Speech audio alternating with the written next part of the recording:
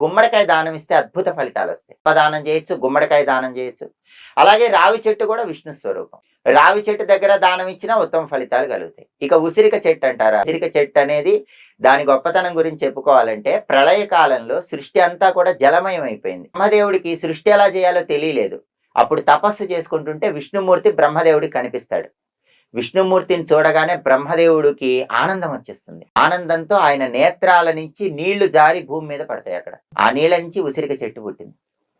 అంటే బ్రహ్మదేవుడు ప్రళయ కాలంలో విష్ణువుని చూసి ఆనందించినప్పుడు ఆ ఆనందాశ్రువులు కన్నీటి ధారలు కింద పడినప్పుడు వాటి నుంచి ఉసిరిక చెట్లు మొలిచాయి. ఉసిరిక చెట్టులో అణువణువు కూడా విష్ణుమూర్తి వ్యాపించుంటాడని స్కంద పురాణం కూడా. కార్తీక మాసంలో ఉసిరిక చెట్టు కింద ఎందుకు చేస్తారంటే విష్ణుమూర్తి అనుగ్రహం కలుగుతుంది.